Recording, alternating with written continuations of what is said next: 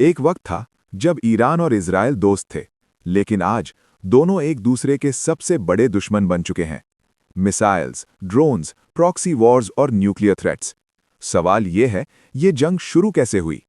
1948 में जब इजराइल बना, तब ईरान उन कंट्रीज में से था जिन्होंने उसे एक्सेप्ट किया।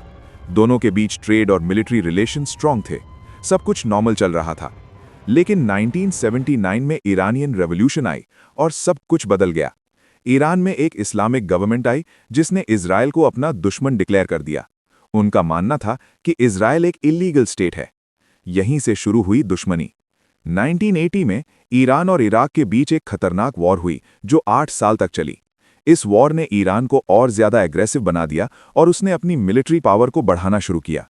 सीधा वॉर करने के बजाय ईरान ने एक अलग स्ट्रैटेजी अपनाई, प्रॉक्सी वॉर।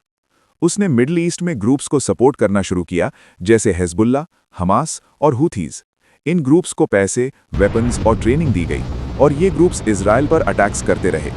2006 में लेबनान में हिजबुल्लाह और इजराइल के बीच एक डायरेक्ट वॉर हुई। ये दुनिया के लिए एक सिग्नल था कि ईरान अपने प्रॉक्सी के थ्रू कितना पावरफुल अटैक कर सकता है। फिर आता है सबसे डेंजरस फेज, न्यूक्लियर टेंशन। 2000 के बाद ईरान ने अपना न्यूक्लियर प्रोग्राम डेवलप करना शुरू किया। इजराइल को डर था कि ईरान न्यूक्लियर बॉम्ब बना रहा है और अगर ऐसा हुआ तो इजराइल के एग्जिस्टेंस पर खतरा आ सकता है। इसी वजह से इजराइल ने कई सीक्रेट ऑपरेशंस किए, साइबर अटैक्स, साइंटिस्ट्स की किलिंग और न्यूक्लियर साइट्स पर स्ट्राइक्स। 2020 में एक ऐसा इंसिडेंट हुआ जिसने टेंशन को और बढ़ा दिया। यूएस ने ईरान के टॉप कमांडर कासिम सुलेमानी को मार दिया। इसके बाद ईरान ने बदला लेने की कसम खा ली।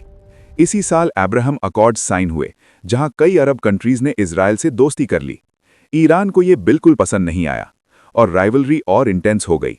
फिर आता है अक्टूबर 2023, जब हमास ने इजराइल पर एक बड़ा अटैक किया।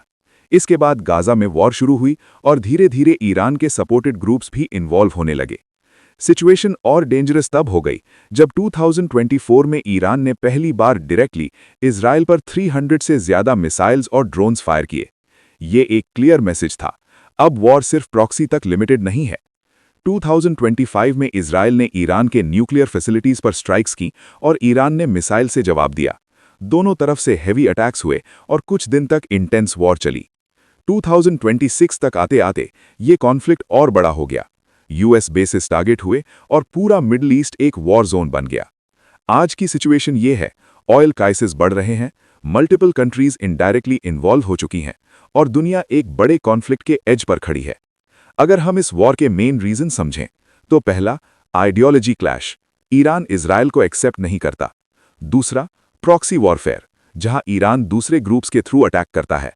तीसरा, न्यूक्लियर फियर, इजराइल को ईरान के न्यूक्लियर वेपन्स का डर है। और चौथा, पावर स्ट्रगल, दोनों मिडल ईस्ट में डोमिनेंस चाहते हैं। ये सिर्फ दो कंट्रीज की लड़ाई नहीं है, ये पावर, रिलीजन और सर्वाइवल की जंग है।